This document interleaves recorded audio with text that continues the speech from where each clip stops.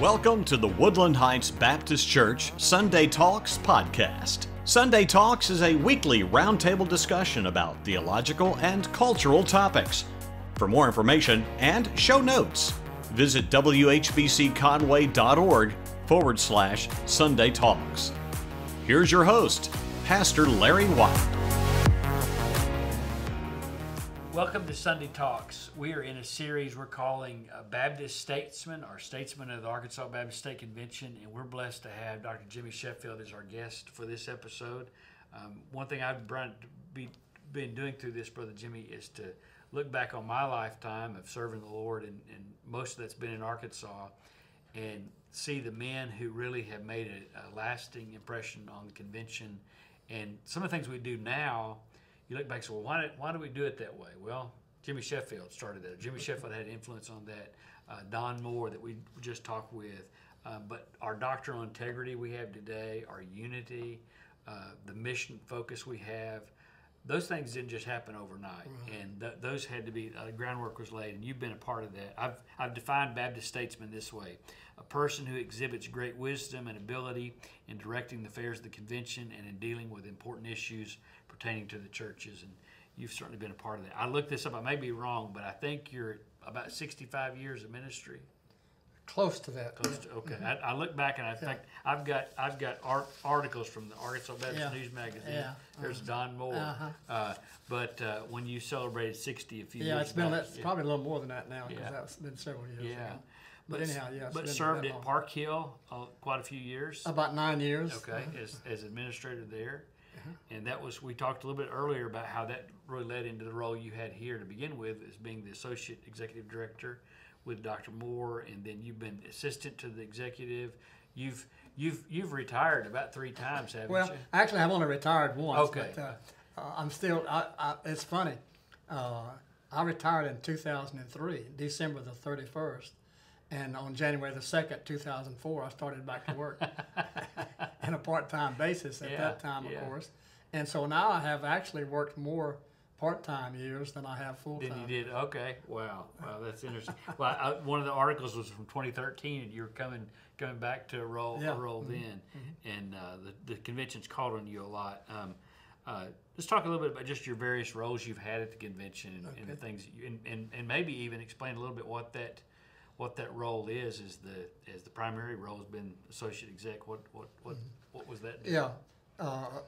The associate exec at that time when I came on board, like I told you earlier, it was a different role than what the previous associate exec. He was primarily a business manager. Mm-hmm. Well, at the same time, Dr. Moore asked me to come and be the associate exec, he also asked Dan Jordan to come to be the business manager. Yeah. So Dan and I started 2 weeks apart. Okay. And Dan Jordan, and he was the business manager, and I was the associate exec. And the role of the associate exec at that time changed, and what Dr. Moore wanted was somebody to come and help him with all of the inner workings of the convention office, mm-hmm. and as the larger convention as far as that goes too, but help in primarily in the area of personnel administration. Mm-hmm.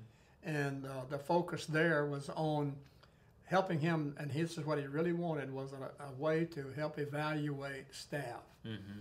And so that was a primary role of developing that. And then, of course, just all the personnel matters. We put together a very comprehensive personnel administration manual. Mm-hmm. Dan and I are working together on that.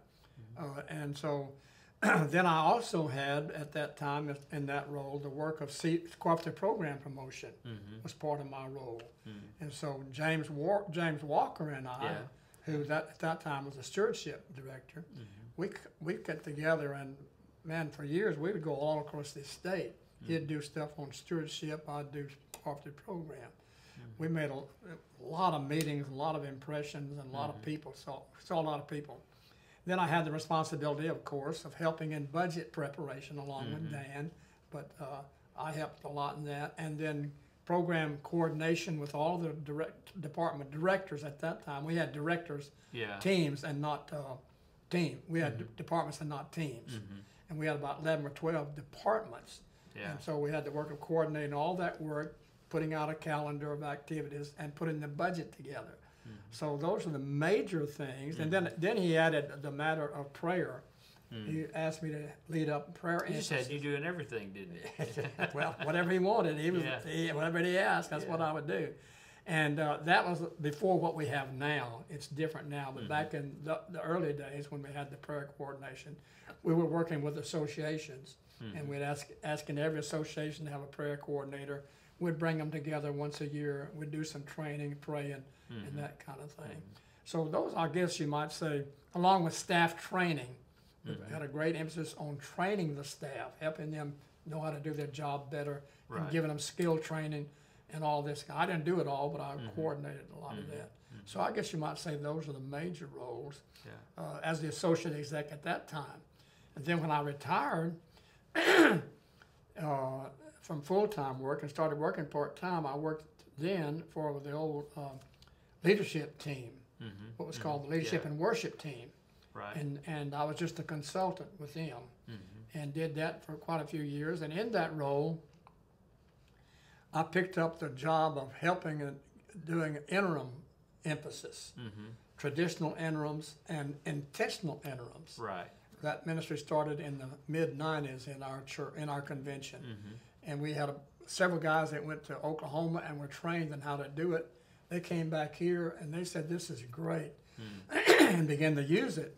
And then when I became part-time, they asked me to head that work up. Okay. So I headed up intentional interim training, and we trained a lot of people and had a lot of churches involved. You trained our church. Yeah. Trained David, and of course he came and did your church. And we've done a lot of that throughout the state. And then when Dr. Tucker came on board as the exec, he lost his associate, which was Don Pusick at that time. He went to pastor a church. Right. So he said, hey, Jimmy, can you come back and help me a little bit till I can get my feet on the ground, and then we'll get an associate at some point. So I came back to the office and did the associate exec work again. Not like I wasn't full time, but I did a lot of work. I was more than just part time, but part-time pays. And so then we called Dr. Greg Addison as the associate exec. So I said, okay, now I can go back to my old job. He said, no, I want you to stay here. So I had the title then of executive administrator. Okay. Now don't ask me what that is. It was just whatever he wanted me to do. Right. And I was doing a lot of the same stuff. I was just helping Greg Addison mainly at that time.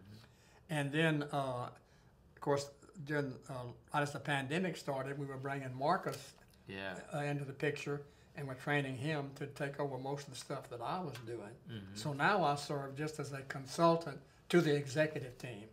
So those are the major things I have done. Well, and you've made, and through all that, you've made a great impact on some of those men, and it's glad to see that carry on. What are some of the, you've been at this a long time, what are some of the major issues you faced as far as in working with a convention? Well, early on when I started as the associate exec, talking about the convention staff now, they had never had anybody in that position before. So there was a little, who is this guy? What is he doing here? He's going to tell us what to do. So I had to really try to help them understand. I wasn't here to tell them what to do. I was just here to help them and do the coordination and all those kind of things. But it took quite a while before they kind of understood that I wasn't here to tell them what to do, but just try to help them. So that was a great big issue, right, to start off with. And then the next big issue that I had was learning how, because I never had done it before, how to relate to the convention staff, the convention committees, and the convention meeting, and what my role was with all those things.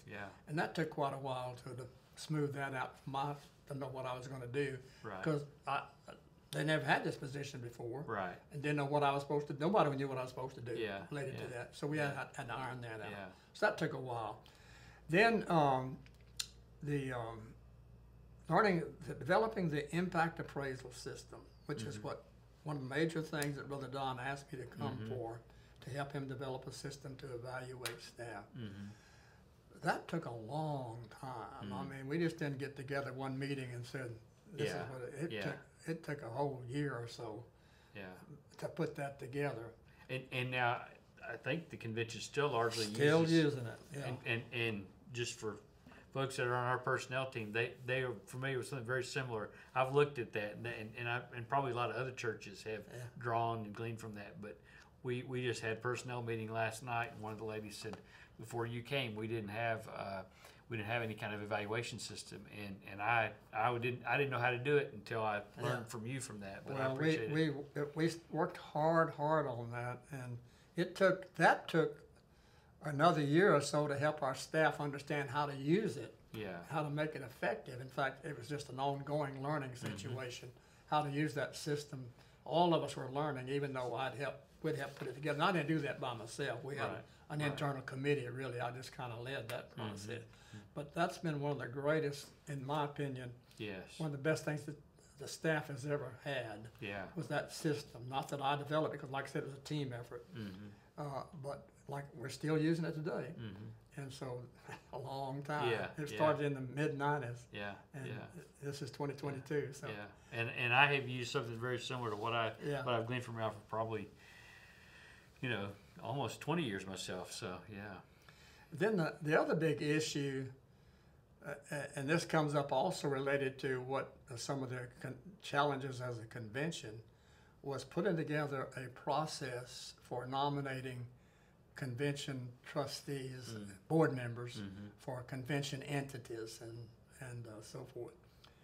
That took a year or so to develop that process, but back in the late 90s, it was critical, as you remember, for what happened and all that was going on. And out of that came this process, and it's still being used, same process today that it was when we developed it back in the late 90s. And so that was a critical time for the convention. And one of the greatest issues we faced was during that period of time, in my tenure as working for the convention. So that was a big issue. What have been some of the things that you've maybe enjoyed most or highlights of your service here? Good, thank you for asking that. One of the things, first thing out of the box almost, I've just been here a few months, and Dr. Moore called me into the office one day and he said, Jimmy, I've got a task I want you to give. It's not an ongoing task. It has a beginning date and an end date. But he said, I want you to coordinate the planning of, at that time, a Foreign Mission Board appointment service. It was Foreign Mission Board then, now it's International Mission Board. And that was big. We had 5,000 people at the convention center. I was there. Were you? Yeah, Carla and I were both there. Yeah, I attended that meeting, and I didn't do it again myself, but I had the privilege of leading all the committees, and it was big. It was monstrous. All the committees we had working to make that go off. And I think it went off well. Yes, it did. And so that was a big highlight for me to be part of that. Well, I got to do it the second time later on. When it was in the National Mission Board then. And Jerry Rankin, I believe, was the president. And we had a second one. And again, I got that privilege of leading that planning. And so those are really big highlights that I faced. And then another highlight for me through all those years was working with the Association of Missionaries. When I came on board, Dr. Moore asked me to help and work in that area and coordinate with them and helping them plan their meeting and being with them and being the kind of the go-between between him and the Association of Missionaries. And I got to do that all those years that I was a full-time guy. And that was really a blessing, because we had some good guys back then. And they have good guys now. I still go to their meetings and try to help Bob if I can. Bob Johnson now has that responsibility. So I try to help him in any way I can.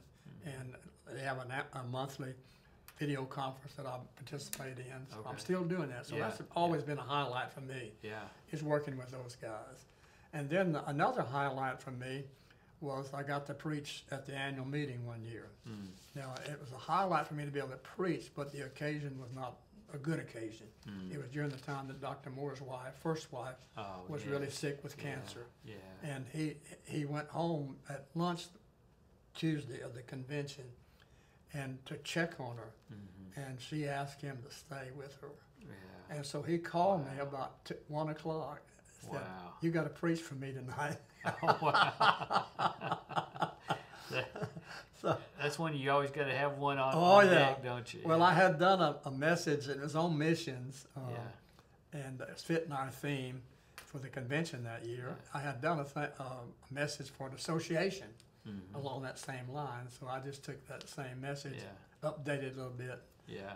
in the brief time that I had, Yeah. and had the privilege of preaching that night. So Yeah. that was a real Yes. highlight for me, Sure. even though the occasion was not that good. Right.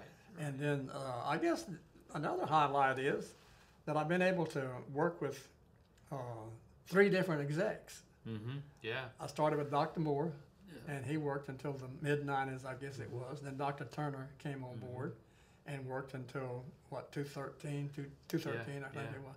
And then Sonny Yeah. came on board. Yeah, And so I've had the privilege of working with three different execs. You've gotten to train 3 guys. Oh, well, I'm not going to say that. They might resent that if Yeah. I said that, but I got to work with them, put Yeah. it that way. Well, and one thing, and I didn't tell you this, and I think you'll be able to respond well, because one of the articles that I looked up that you'd written I think it was in the news magazine, was about being in the second chair role. Yeah. And in everything you've shared, I mean, you served those 3 men, and now with Marcus and David and all the guys that are there now, you've just come alongside, and there's something special about that. I mean, I know a lot of times pastors, particularly, especially the senior pastor, lead pastor, are used to being out front. They want to do that, but none of us are able to do what we're doing without somebody in the second chair who's competent and who is reliable and consistent. And it took me a long time to realize that. And so, I mean, I think you've added value, and I hope if you haven't been able to do this, I would encourage, if there are guys that are doing that in their churches now, you'd be a great resource to call upon about how do you handle that? Yeah. And I think that's a huge calling. It is. If I can just sideline here, tell the story of that. I started out when I was I went to seminary and went to the religious education school and got a Master of Religious Education with my thought I was going to work in education, be a minister of education. That's what I kind of thought God was leading me to. And I feel He was at that time. But then in 1966, I had the opportunity to go to, at that time, the Baptist Sunday School Board, which is now Lifeway. Right. But it was Baptist Sunday School Board then, and work in the old church administration department. And boy, that was the greatest thing that ever happened to me.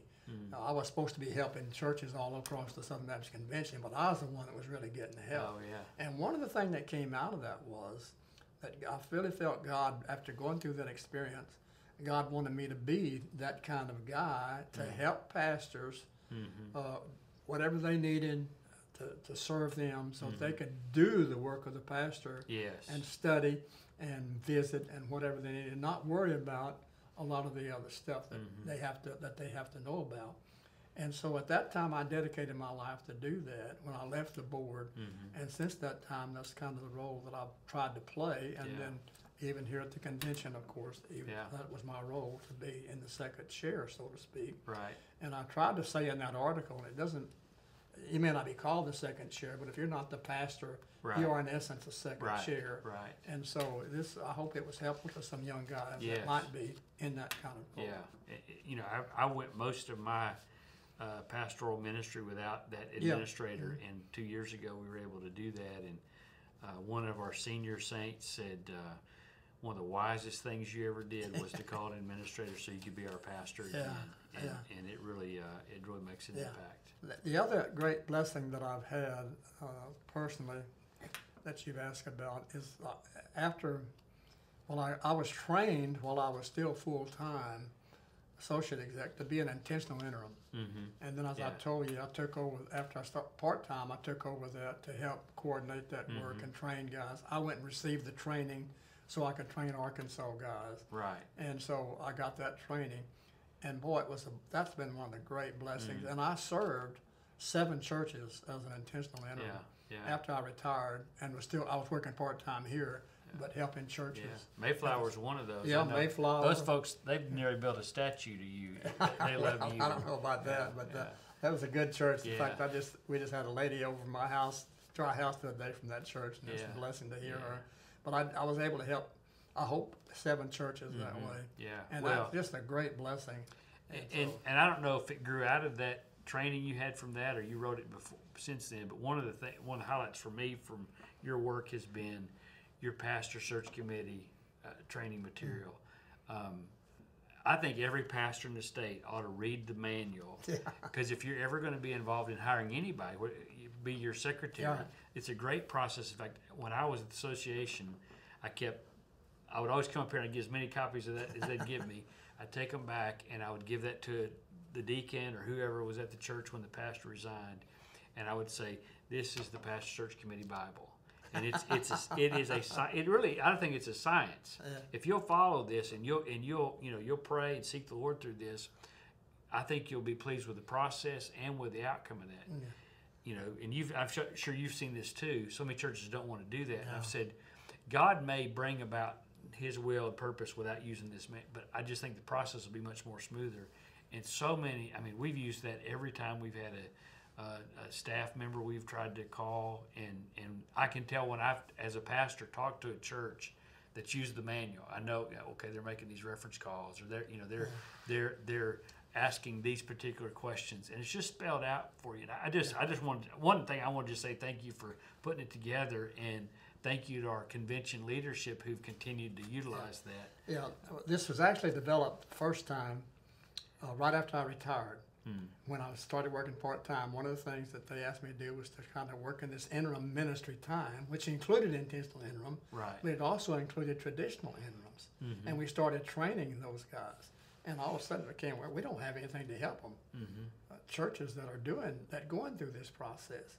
So I sat down and over a period of time wrote out the first draft, and of course it went through a lot of corrections and brought in several staff members, and at that time Dr. Turner had input into it, and so we put it together finally and published that first edition.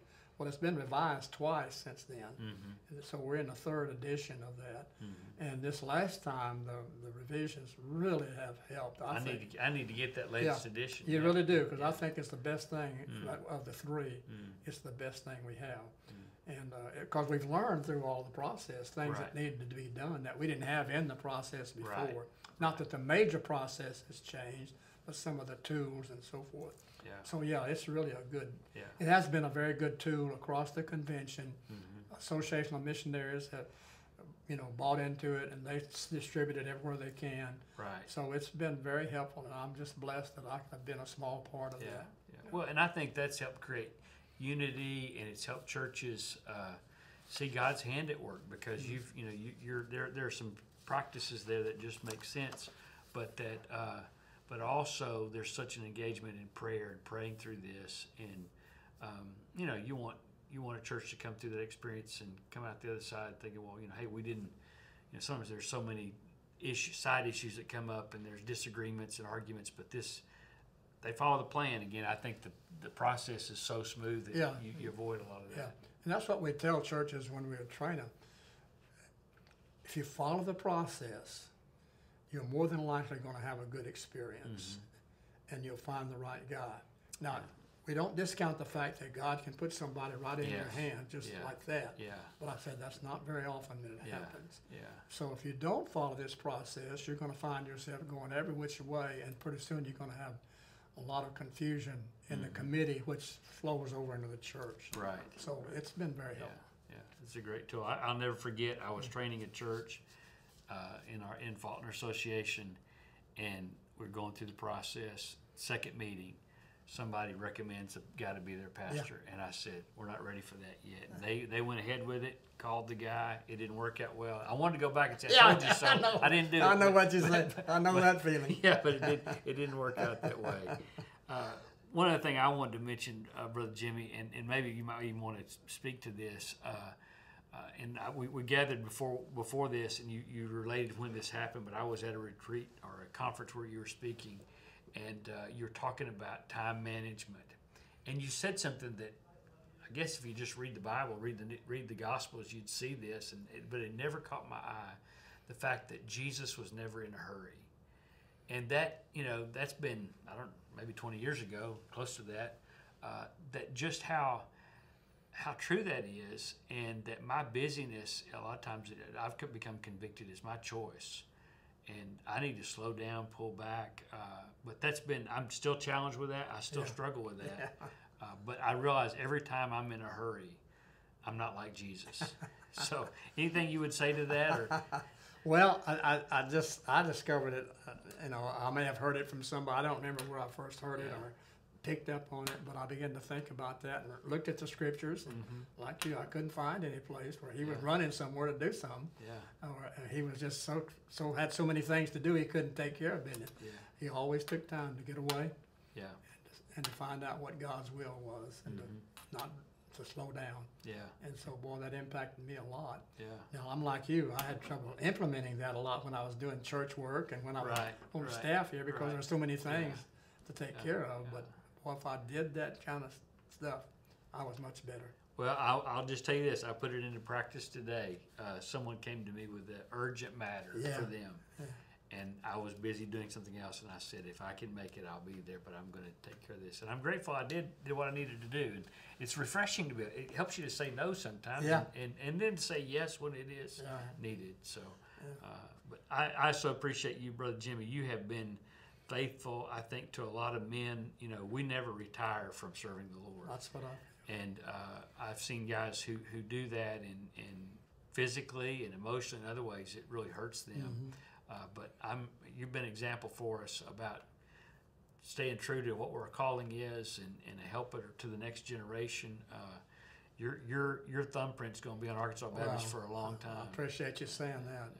It's been a joy. It's been God. I have to give him all the credit because I'm just his servant and do what he wants me to do, or try to do what he wants me to do. And the serving at the convention, of course, has been one of the greatest things that ever happened to me. I had some great ministries in churches that I served, Park Hill being one of those.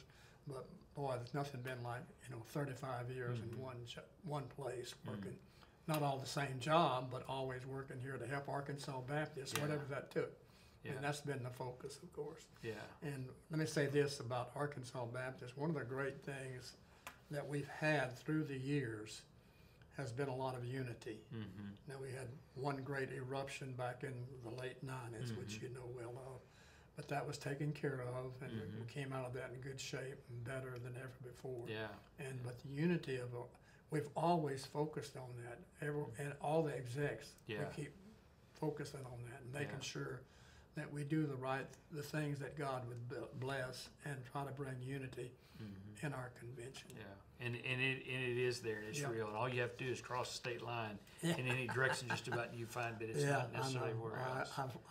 I used to go to Southern Baptist meetings, and people were doing the same thing I was doing, and I was saying, oh my goodness, those guys, how do they work in that kind of thing?